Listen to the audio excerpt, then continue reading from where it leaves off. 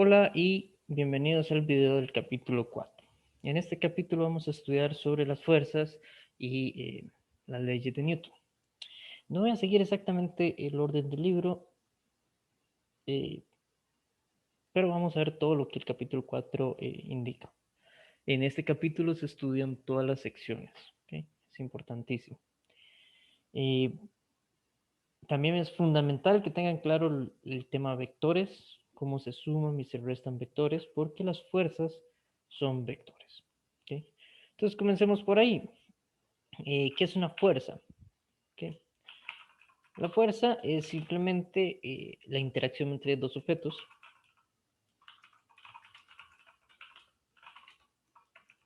¿Ok? Es la interacción entre dos objetos y es un vector. ¿Ok? Por eso es que el tema de vectores se volvió tan importante. ¿Cómo interactúan esos objetos? Bueno, hay muchas formas, hay diferentes tipos de fuerzas, más adelante vamos a ver algunas. A nivel fundamental en la física podemos ver fuerzas electromagnéticas, gravitacional, fuerzas nucleares y otras cosas por el estilo. Pero para efectos del curso vamos a simplificarlo mucho más. Va a ser simplemente el hecho de que un objeto empuja al otro o que un objeto jala al otro. Va a ser eso, una fuerza va a ser esa interacción de empuje o de jalar. ¿Ok? Es un vector. ¿Por qué? Porque cuando yo empujo, yo tengo que empujar hacia adelante. Cuando yo jalo, yo tengo que jalar hacia algún lado, ¿verdad? O bueno, yo puedo empujar hacia el lado, puedo empujar hacia arriba, puedo empujar hacia abajo. Entonces, hacia dónde empujo o hacia dónde jalo es fundamental, ¿verdad? Eso es lo que es una fuerza, es la acción de empujar o, ¿verdad? Cuando uno aplica una fuerza a algo, lo que uno está haciendo es empujando o jalando algo. ¿Ok? Ahora, ¿cómo se analizan? ¿Cómo se estudia lo que ellos hacen? La forma de estudiarlo es a través de las leyes de Newton. Y vamos a empezar por ahí. ¿Ok? Para eso, entonces, tenemos aquí la primera ley de Newton. La primera ley de Newton dice que todo cuerpo, los cuerpos, tienen a mantener su estado de movimiento, ya sea reposo o velocidad, a menos de que una fuerza externa actúe sobre ellos. ¿Ok? Eso define lo que llamamos inercia. Por eso es que a veces la primera ley se le llama la ley de la inercia. Inercia en sí es la capacidad de mantener el estado de movimiento. ¿Para qué es estado de movimiento? Básicamente es el valor de la velocidad. Entonces un cuerpo mantiene su estado de movimiento hasta que alguien lo empuje. Y cuando lo empuja, el estado de movimiento cambia. Eso es lo que me dice la primera ley de Newton. O sea, retomando cosas que ya había mencionado antes, habíamos dicho, ¿verdad? Desde la primera clase, queremos saber por qué las cosas se mueven, ¿verdad? Y por ahí algunos de sus compañeros habían dicho, bueno, es que si yo empujo al carrito, el carrito se mueve. Newton dice algo muy diferente aquí. Newton me está diciendo, el cuerpo, si está moviéndose, se queda moviéndose. Si está quieto, se queda quieto. Eso cambia si yo le aplico una fuerza. Entonces, el movimiento no depende de la fuerza. Desde la perspectiva de Newton, el movimiento se da porque el objeto tiene inercia. Y si el objeto, como tiene inercia, si tiene una velocidad de 5 metros por segundo, va a seguir con 5 metros por segundo, por siempre y para siempre, hasta que una fuerza le cambie eso, ¿verdad? Y si el objeto está quieto, va a quedarse quieto, hasta que una fuerza le cambie eso, ¿verdad? Entonces vean que es muy diferente a lo que decía Aristóteles, ¿verdad? En la primera clase yo les mencioné que Aristóteles decía, las cosas se mueven porque las empujan, ¿verdad? Y entonces ellos hacían, en todos esos tratados filosóficos que ellos tenían, Aristóteles tenía uno sobre todo esto. Y entonces él explicaba por qué entonces, por ejemplo, cuando uno lanzaba una flecha al aire, era el aire, que ¿verdad? La forma de la cabeza de la flecha cortaba el aire de manera tal que el aire pasaba hacia atrás de la flecha y lo seguía empujando, ¿verdad? Y eso era lo que Aristóteles inventó para poder explicar que, aunque ya nada empuja, ¿verdad? No pareciera que nada empuja la flecha, Aristóteles, allá en 1400 a.C., dijo, claro, el aire lo sigue empujando. Ya sabemos que sí, lo empuja, pero para frenarlo. La flecha se sigue moviendo después de que sale disparada del arco, porque tiene movimiento. Eso es lo que dirá Newton. Newton dice, no, es que cuando ya la flecha va volando, tiene cierta velocidad y va a mantener esa velocidad. Y usted decir, bueno, ¿y por qué se detiene la flecha? Ah, la flecha se detiene, irá Newton, porque hay una fuerza externa que actúa. ¿Okay? Y ya vamos a ver qué pasa con esas fuerzas externas que actúan. ¿Okay? Entonces, aquí cambiamos completamente la visión, o con Newton cambiamos la visión de por qué se mueven las cosas. Las cosas se mueven porque tienen inercia.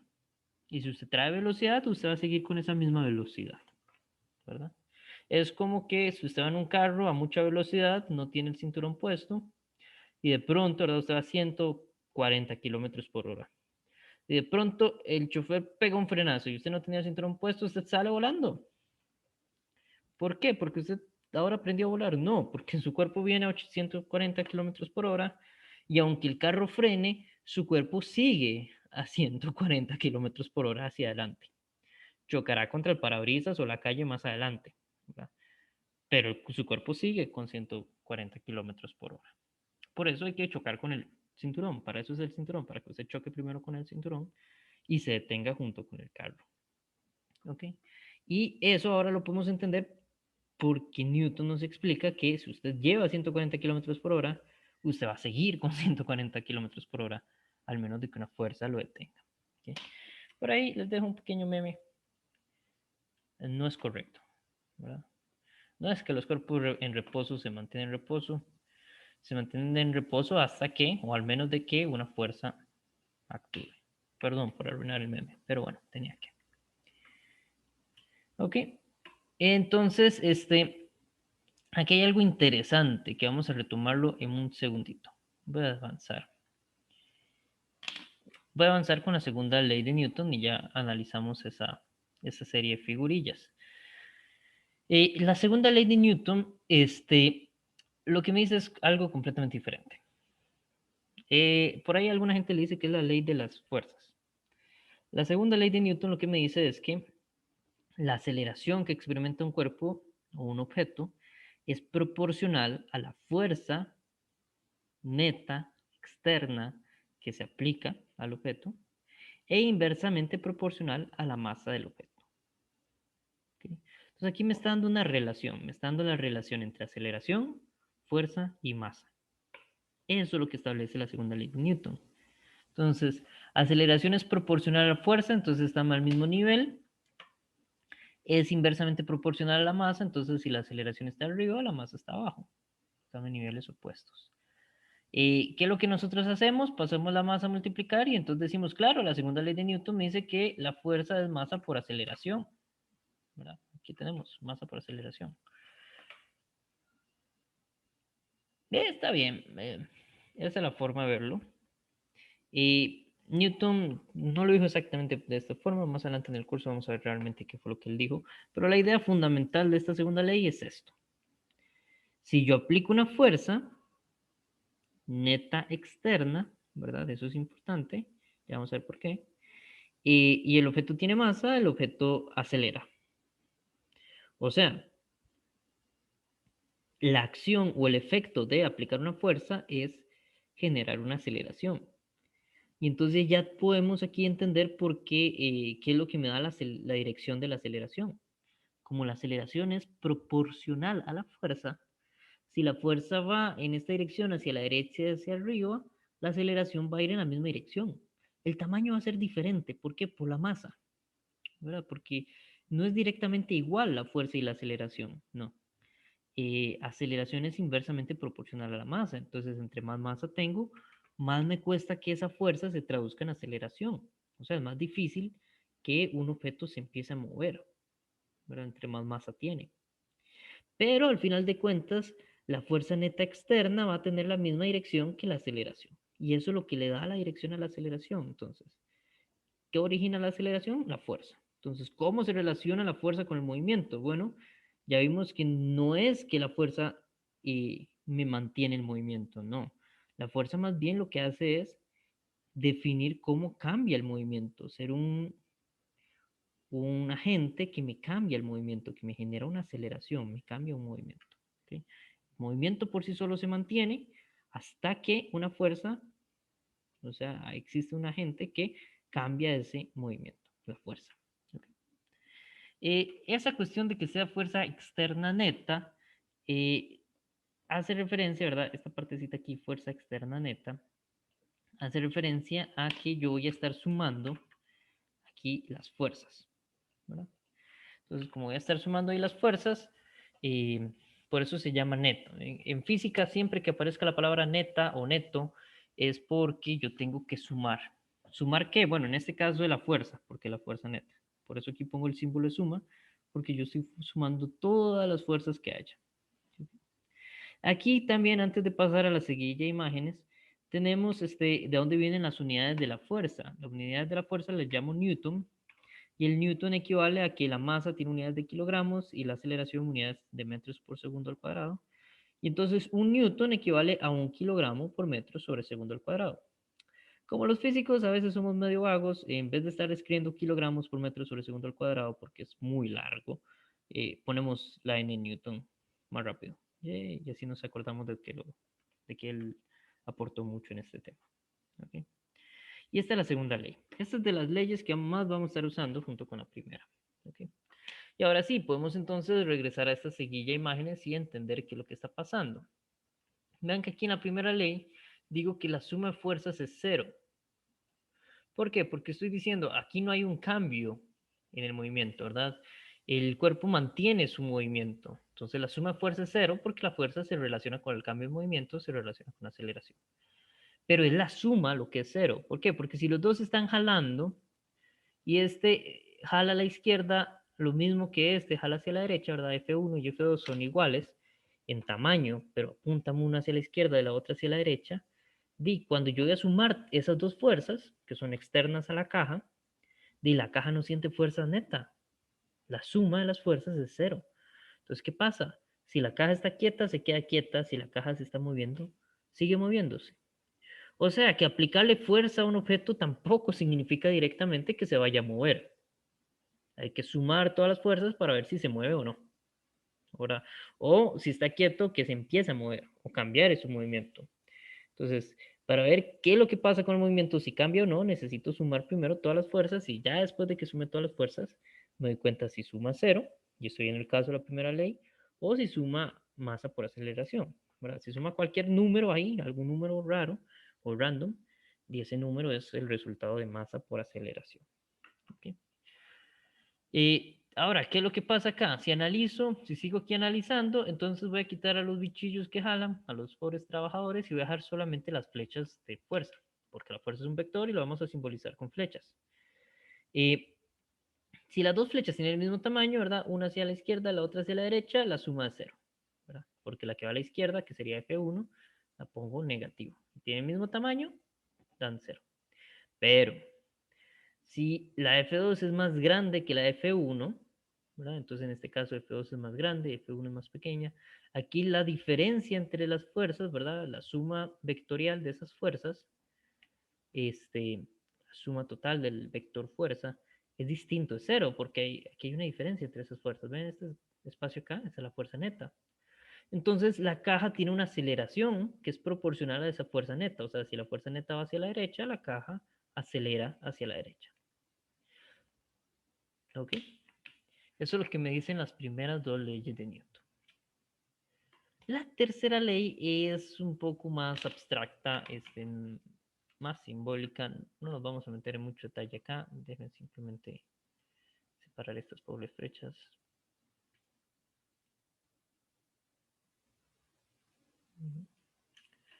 Okay.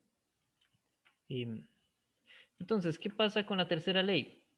La tercera ley se le llama acción-reacción.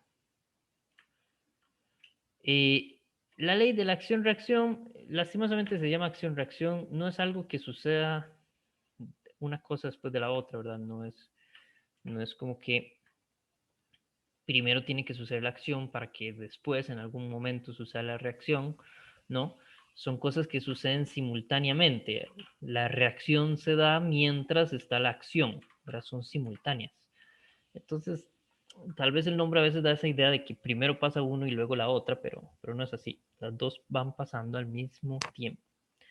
¿Y qué me dice la ley de la acción-reacción? Bueno, me dice que si yo empujo un objeto, ese objeto me empuja con la misma cantidad de fuerza, pero hacia el otro lado. Aquí yo lo pongo de manera simbólica.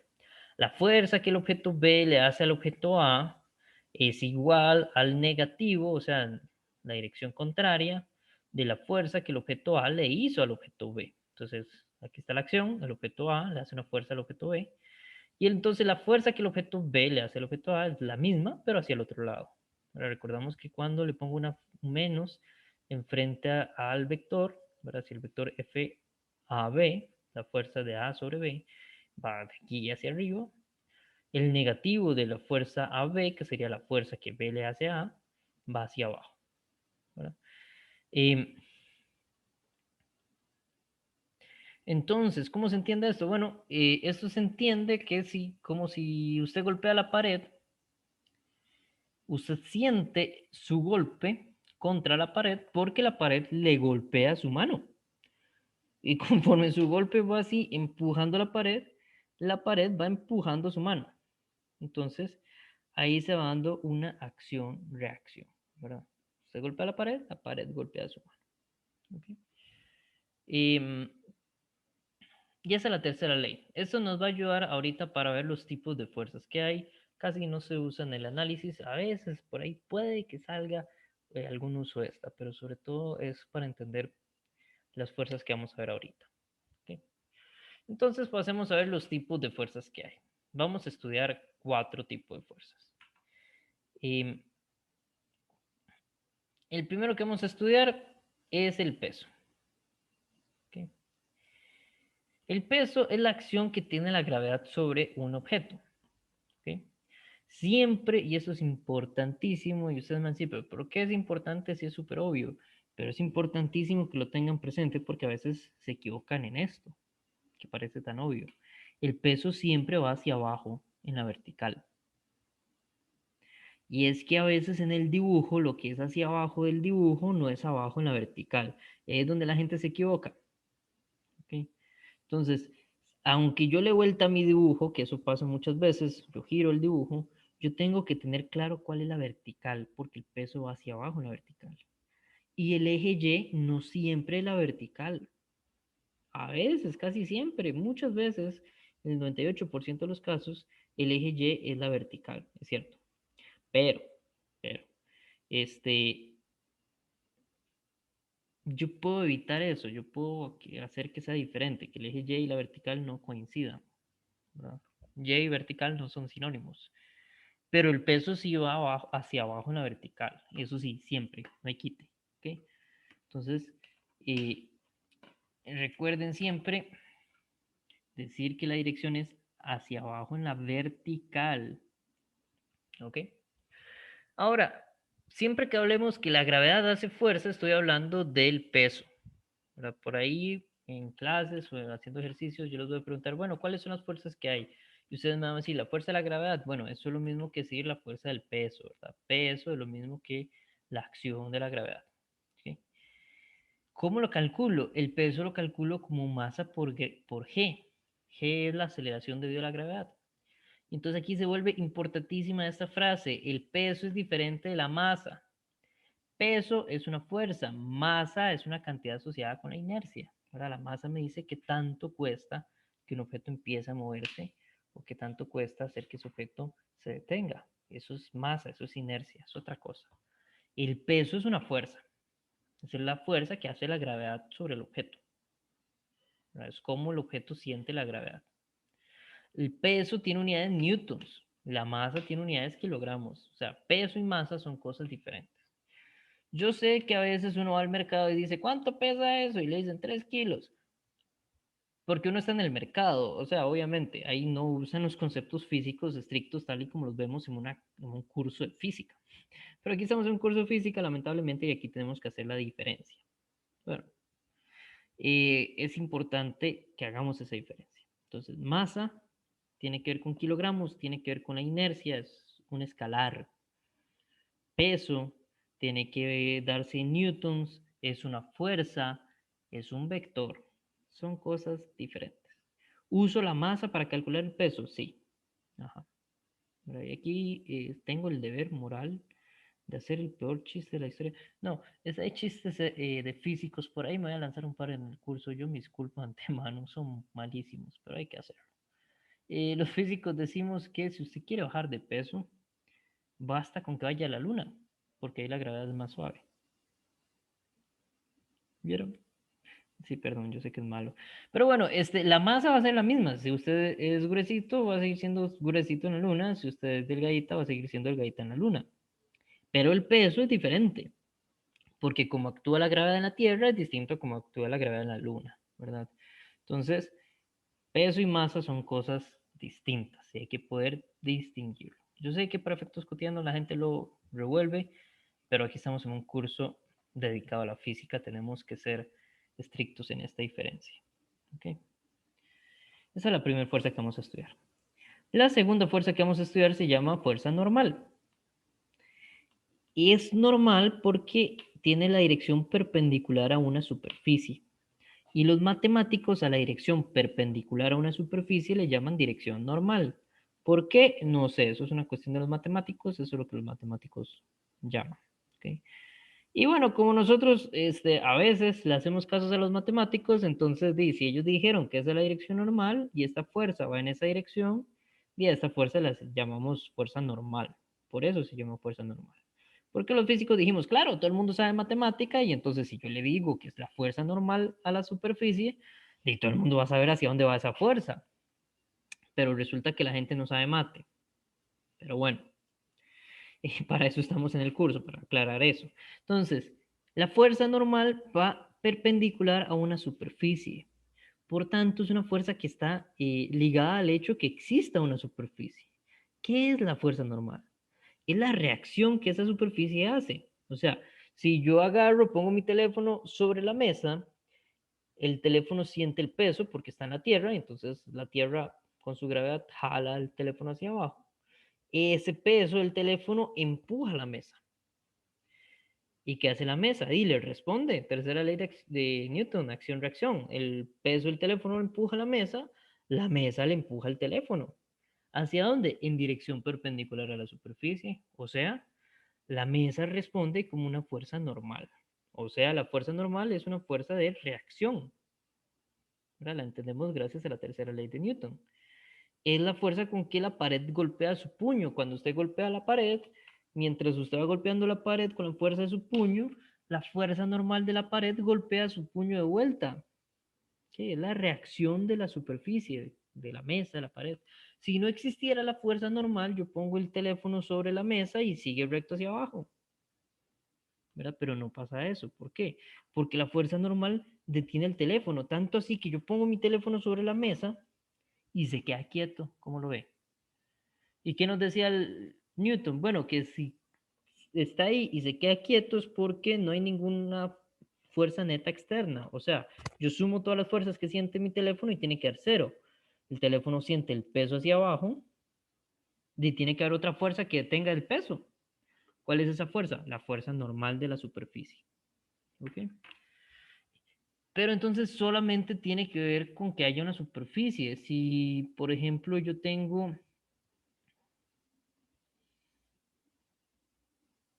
por ejemplo, yo agarro el teléfono, lo amarro a una cuerda y lo tengo colgado de esa cuerda, no está tocando ninguna superficie, no hay ninguna fuerza normal, porque la fuerza normal solamente está si hay una superficie.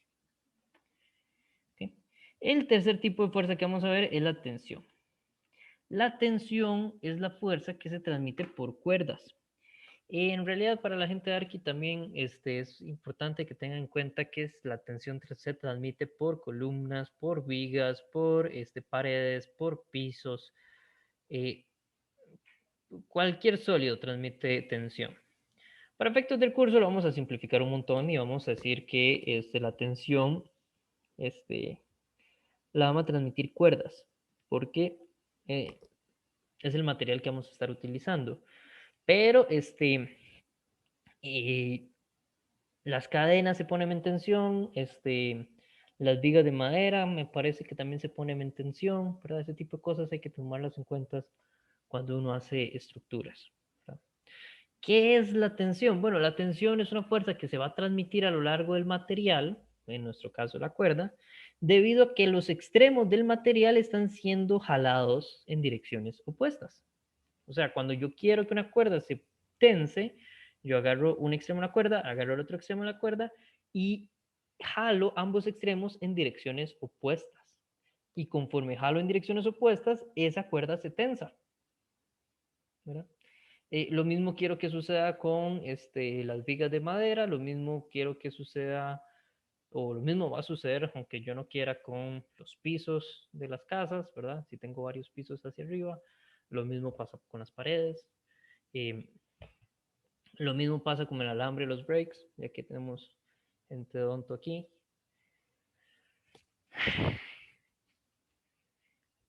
Algún día les saco algún ejemplo para los de gente de geografía. Yo les prometo que sí, algún día. Pero bueno, entonces, la tensión sea por eso. ¿Qué es lo importante para nosotros? Que la dirección de la tensión va a tener la misma dirección que el material. En este caso sería la cuerda. Y entonces, si la cuerda jala hacia arriba, la tensión jala hacia arriba. ¿Okay? Ese es un punto importante. Otro punto importante de la tensión es que cualquier punto a lo largo de esa cuerda, desde un punto de agarre hasta el siguiente punto de agarre, todos los puntos intermedios van a tener la misma tensión. Esto es cierto para las cuerdas que vamos a usar en nuestros experimentos mentales, que vamos a hacer cuerdas sin masa. Ya en la vida real, por ejemplo, los cables de tensión en un puente colgante, esto no es tan cierto porque los cables tienen un montón de masa, ¿verdad? Entonces ahí tengo que ir considerando la masa del cable. Pero si la masa del cable es suficientemente pequeña, puedo ignorar que tenga masa y entonces a lo largo de toda la cuerda va a tener exactamente la misma tensión. ¿Qué pasa si una parte de la cuerda tiene más tensión que la siguiente? Bueno, se rompe. ¿Okay? Entonces, en los cables reales también, ¿verdad? Todo objeto que esté bajo tensión y no sea roto es porque ha logrado mantener una tensión igual a lo largo de todo el objeto. Cuando se rompen es porque la tensión aumentó en un lado más que en el otro, ¿verdad? Y entonces ahí es donde el material cedió y se rompe. ¿Okay? Pero bueno, para efectos del curso, nuestras cuerdas son ideales, no tienen masa, no se estiran, no se rompen, aguantan todo. La cuerda que todo el mundo quiere tener. Y por último, la última fuerza que vamos a estudiar es la fuerza de fricción. La fuerza de fricción es un poquito más compleja que todas las anteriores. Y viene en dos tipos. Está el tipo cinético y el tipo estático. ¿Okay? Y tenemos que poder distinguir ambos tipos de fuerza. La fuerza de fricción se opone al movimiento, ¿verdad?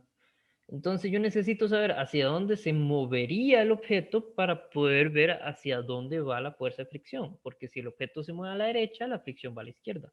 Si el objeto se movería a la izquierda, la fricción va a la derecha, ¿verdad? Entonces, no puedo decir nada de antemano más que la dirección de la fricción es opuesto a la fuerza. Eso por un lado. Por otro lado, vienen esos dos tipos de fuerza de fricción. Tengo la fricción estática, ¿verdad? En donde, por ejemplo, en esta figurita tenemos a la señora que está empujando el archivero y no logra moverlo. Luego viene el muchacho y empieza a ayudarle a la señora y todavía no lo mueven. Necesitan los dos esforzarse mucho para que se empiece a mover, ¿verdad? Entonces, ¿qué es lo que está pasando? Aquí en esta grafiquita tengo hacia arriba el valor de la fuerza de fricción y hacia la derecha el valor que aplican, ¿verdad? La fuerza que aplican los dos muchachos al empujar el archivero. Conforme más me alejo a la derecha, más fuerza aplican los muchachos, ¿verdad? Entonces, al inicio, vean que si la fuerza que se aplica es cero, la fuerza de fricción es cero. Y conforme aumenta la fuerza que le aplico, aumenta la fuerza de fricción. Ese es el régimen estático. Esa es la fuerza de fricción estática que evita que el movimiento se dé. ¿Por qué lo evita? Porque cuando yo sumo las fuerzas, como esta fuerza de fricción vale lo que tenga que valer para que cancele el movimiento, y la suma de fuerzas es cero. Ellos están empujando, pero la suma de esas dos fuerzas, la suma de la fuerza de fricción más la fuerza que ellos están haciendo, es cero. Llega un punto en donde la fuerza de fricción tiene un valor máximo, ¿verdad? Y cuando la fuerza que yo aplico es más grande que ese valor máximo, la fricción disminuye al valor cinético. Y entonces aquí opera la fricción cinética. La fricción cinética se opone al movimiento. Vamos a suponer, para efectos del curso, que es un valor constante, ¿verdad? Y se da cuando el objeto se está moviendo. Entonces, si el objeto se mueve hacia un lado, la fricción cinética va hacia el otro. ¿Ok? Entonces, la fricción estática vale lo que tenga que valer para que el movimiento se cancele, para que la suma de fuerzas sea cero. La fricción cinética lo voy a calcular como coeficiente cinético por normal. ¿Verdad? ¿Cuál normal? O la normal que vimos antes, ¿verdad? La normal que hace la superficie. La fricción cinética máxima, valor máximo de fricción cinética que yo, perdón, valor de fricción estática máximo, el valor máximo de fricción estático que yo voy a obtener, lo obtengo con una formulita muy parecida al cinético, es coeficiente por normal. Entonces hay dos coeficientes, está el coeficiente estático y el coeficiente cinético, ¿verdad? Pero el coeficiente estático lo que me da es el valor de fricción estática máximo. ¿Cuánto vale la fricción estática? Lo que tenga que valer. A veces yo voy a estar en el caso máximo y eso me interesa. ¿Okay? Y entonces, por ejemplo, aquí tenemos la tablita 4.1 del libro, en donde me dan los dos coeficientes. Aquí en esta columna que puse el cosito rojo acá para indicar que es el de fricción estática, me dan los coeficientes de fricción estática. Y en esta otra columna que puse el cosito verde para indicar que es cinético, aquí, ¿verdad? Estos dos son verdes. Voy a ponerlo azul, mejor. Segundo.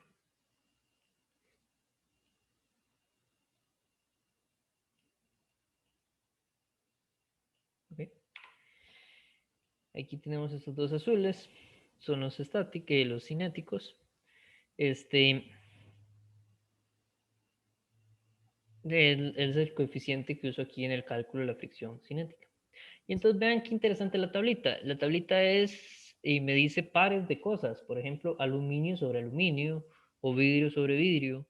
¿Por qué? Porque depende de las superficies que estén en contacto, así es el coeficiente. Eso es solo un aproximado. Eh, Vean, por ejemplo, aquí tengo acero sobre aluminio, tiene cierto coeficiente, y el acero sobre acero, si está seco, tiene un coeficiente, si está lubricado, tiene otro. Teflón sobre acero tiene cierto coeficiente, teflón sobre teflón tiene el mismo coeficiente, que olvidó. Madera encerada sobre nieve tiene cierto coeficiente, madera sobre madera tiene otro coeficiente, ¿verdad? Entonces, el coeficiente me lo tienen que dar. Si el ejercicio no lo da, probablemente es porque está en esta tablita. ¿Okay? Entonces hay dos opciones con este coeficiente. ¿Me lo da el ejercicio o está en la tablita? ¿Verdad? Y el ejercicio me dice, claro, una superficie de aluminio tiene una caja de aluminio encima, qué sé yo. O yo hago resbalar un vidrio sobre una superficie de vidrio. ¿Verdad? Y entonces vengo y busco aquí en la tablita. ¿Okay? Esas son las cuatro fuerzas que tenemos que tener claras. Y es importantísimo que ustedes las tengan súper claras.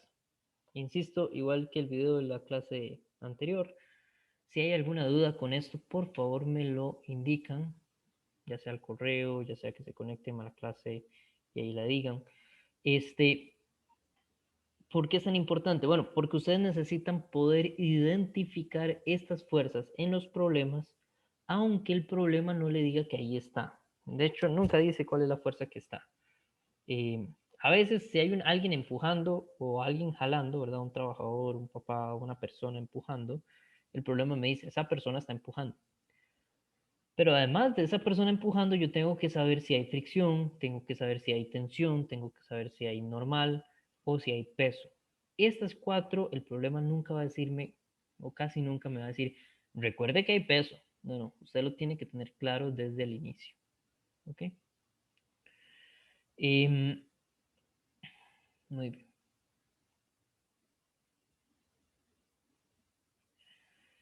Y ahora entonces avancemos a la última parte, que es cómo rayos enfrento un ejercicio de este tema. El ejercicio me va a decir algo como este enunciado. Creo que ahí se ve bien. El enunciado dice, si la masa es de 5 kilogramos, ¿verdad? Bueno, el ejercicio va a decir algo más. Tengo una caja aquí en un plano inclinado, qué sé yo, y, y tengo que la masa de la caja es de 5 kilogramos, el plano está inclinado con un ángulo beta de 15 grados y tiene un coeficiente de fricción de 0.05. Hay que calcular la aceleración. Esto es como lo clásico, normal, habitual de un ejercicio de este tema. ¿Ok? ¿Y cómo enfrento el ejercicio? Bueno, veamos paso a pasito qué es lo que tengo que hacer. Lo primero que voy a hacer es un diagrama de fuerzas. ¿Qué es eso? Bueno, yo voy a identificar todas las fuerzas que hay. El problema, el enunciado me dijo que había un coeficiente de fricción. Entonces ya yo sé que hay una fricción cinética. Entonces yo digo, bueno, hay una fricción cinética. ¿Okay? ¿Hacia dónde va a estar la fricción cinética? Bueno, es una fricción cinética porque la caja se va a mover. El enunciado me dice que la caja se mueve y se mueve hacia abajo de la rampa, ¿verdad? Todos los objetos que yo suelto en una rampa se mueven hacia abajo de la rampa, ¿verdad? Porque yo lo estoy soltando en la rampa. Hay dos opciones, se queda quieto o se mueve hacia abajo de la rampa. Punto. Entonces, en este caso, si el problema me está diciendo que se mueve hacia abajo de la rampa, la fricción va a ir en sentido contrario. La aceleración que no conozco, pero sé que hay, porque el objeto yo lo puse, ¿verdad? Yo puse la caja sobre la rampa y comenzó a moverse, o sea, estaba quieto y ya no lo está, cambió su velocidad, al principio era cero, ya no. Entonces hay una aceleración y va a ir hacia abajo de la rampa. ¿Por qué? Porque estaba quieto y empieza a moverse hacia abajo de la rampa. Entonces la aceleración es hacia abajo de la rampa. Hay una rampa y un contacto entre la caja y la rampa, entonces hay una fuerza normal. Y siempre el peso es hacia abajo en la vertical, ¿verdad? Aquí les puse en azulito el ángulo beta, que es la inclinación de la rampa. Y aquí tengo este par de ejes, ¿ok? Yo podría usar los ejes X y Y tal y como están aquí puestos, ¿ok? Pero no me sirve. ¿Por qué no me sirve? Bueno, porque la única flecha que está sobre un eje es el peso. Y ya vimos que para las flechas, yo lo que tengo que hacer, ¿verdad? Con todos los vectores, lo vimos en la clase pasada, yo tengo que empezar a sacar un triángulo por cada flecha, ¿verdad? Y a cada vector le saco un triángulo y en ese triángulo saco un componente U en X, componente en Y y voy ahí paso a pasito, ¿verdad? Con seno y coseno. Si un vector está sobre un eje, quiere decir que todo ese vector va a lo largo de ese eje. Entonces, si yo vengo y dibujo todas las fuerzas en mi plano cartesiano, comenzando todas en el origen, me quedaría de esta manera. Tengo tres triángulos, el triángulo de la fricción, el triángulo de la normal y el triángulo de la aceleración. El peso está sobre el eje, entonces el peso no tengo que aplicarle un triángulo, ya sé que va completamente hacia abajo en la dirección de J. Pero tendré que calcular muchas cosas y esto me va a complicar la mate. Entonces, ¿cómo simplifico la mate? Yo puedo girar. eh, Espero que ahí se note bien. Voy a ver si lo logro aumentar un poquito más. Yo puedo girar. Vean que las fuerzas siguen aplicando las fuerzas en la misma dirección, pero ahora el I y el J están inclinados. Los incliné un toquecito de manera tal que ahora la fricción va con el eje, la aceleración va con el eje, la normal va con el eje. Solo tengo un triángulo, el del peso. ¿Verdad? Porque yo giré los ejes, los vectores no los puedo girar, porque los vectores son los que son. Pero los ejes sí los puedo girar. Los ejes son imaginarios, no existen. Las fuerzas existen, están ahí. Yo siento que el peso me jala hacia abajo. ¿Verdad? Si salto del techo de mi casa voy a sentir la gravedad que me jala. Y eso voy a sentir la normal del piso cuando golpeo contra el piso. Entonces las fuerzas no las puedo cambiar, son las que son. Pero los ejes sí. No hay nada que me obligue que el eje J coincida con la vertical. Entonces le voy a dar vuelta al eje y el secreto está en que algún eje coincida con la aceleración. Eso es lo que realmente me va a simplificar la matemática. Yo tengo que asegurarme que algún eje coincida con la aceleración. Pero entonces aquí la inclinación del plano quedó acá con el peso. Veamos eso con detenimiento. Aquí tengo entonces varias líneas. La verde que viene aquí hacia abajo es la línea del plano. Me indica cuál es la dirección del plano, ¿verdad? Este es el plano. La negra es la dirección normal al plano. Tiene un ángulo de 90 aquí con el plano. En rojo va hacia abajo el peso. Y aquí en esta otra línea negra de acá es la línea horizontal. Entonces, entre la línea horizontal y el peso hay 90 grados. Entonces, con este cachito acá del peso, la línea horizontal, y parte aquí del plano inclinado, forma un triángulo rectángulo, ¿verdad? En ese triángulo rectángulo yo conozco, el enunciado me dijo que este angulito azulito de acá es el beta, vale 15 grados, por ejemplo, por ponerle un número. Entonces yo sé que como eso es un triángulo rectángulo, entonces, ay, me disculpo, esto quedó raro. Como eso es un triángulo rectángulo, entonces este ángulo rosado de acá arriba tiene que ser lo que falta para completar los 180, porque un triángulo, ¿verdad? Ya les dije la clase pasada de vectores, los triángulos son toda la mejor figura geométrica. Dentro del triángulo, la suma de los ángulos son 180, todo el mundo sabe eso, o bueno, se esperaría que todos ustedes ya lo sepan.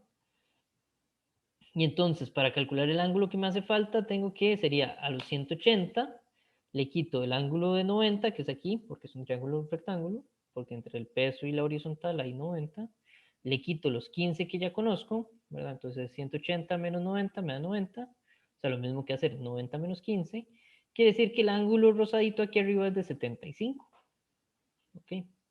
Ahora, aquí el rosadito es 75, entonces si comienzo en la línea verde, empiezo a girar hacia abajo, hacia abajo, hacia abajo, llego a la línea roja, hago 75 grados. ¿Cuántos grados le falta para que siga girando hasta llegar a la línea negra y completar los 90? Bueno, los 15 que le quité antes. Entonces quiere decir que entre la línea roja y la línea negra hay también 15 grados.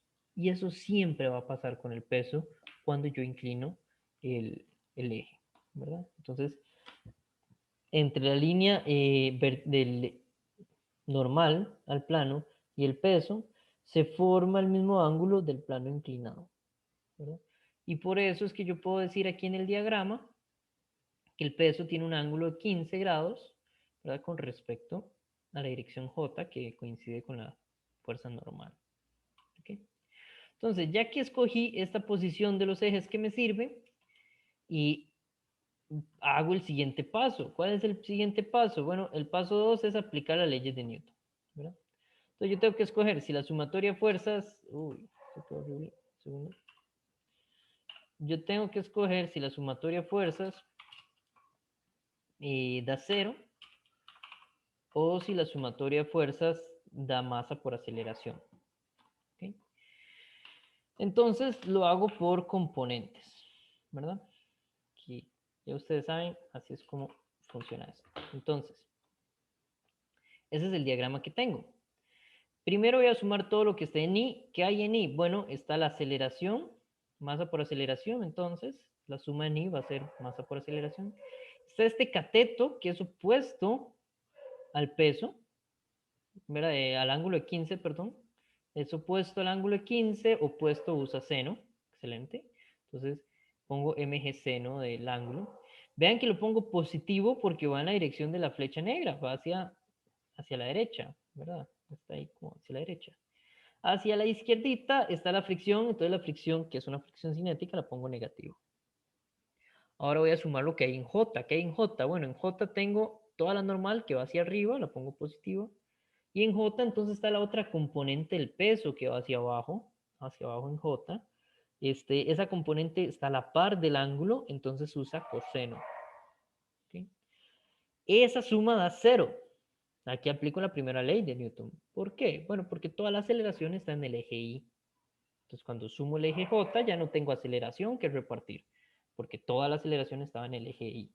Y por esto es que uno escoge que el eje Y o el eje J, alguno de los dos, al menos uno, coincida con la aceleración. uno siempre sabe, uno puede intuir hacia dónde va a empezar a moverse esa cosa. En esa dirección es donde va la aceleración. Ustedes ya le han dado muchas vueltas al sol, ya saben, si yo pongo una caja en un plano, ¿verdad? En una rampa, yo pongo una bola, por ejemplo, yo pongo una bola en una rampa, y la bola se va para abajo de la rampa, y hacia allá está la aceleración, entonces. Eh, entonces, intuir hacia dónde va la aceleración debe ser una cosa así bastante sencilla, bastante intuitiva, para la redundancia. Y entonces uno simplemente pone que algún eje, ¿verdad? Coincide que esa escuadra X, y J tenga al menos uno de sus dos lados en la misma dirección, ¿verdad? Y entonces así tengo que una sumada cero y la otra sumada masa por aceleración. Una vez que ya yo tengo la suma, ¿verdad? Yo quiero sacar cuánto es esa aceleración, simplemente entonces hago la resolución del sistema de ecuaciones, ¿verdad? ¿Qué es lo primero? Bueno, voy a empezar con esta ecuación de aquí abajo, que voy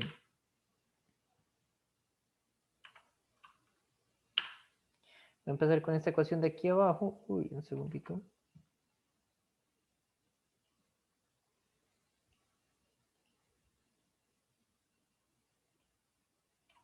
Ahí está.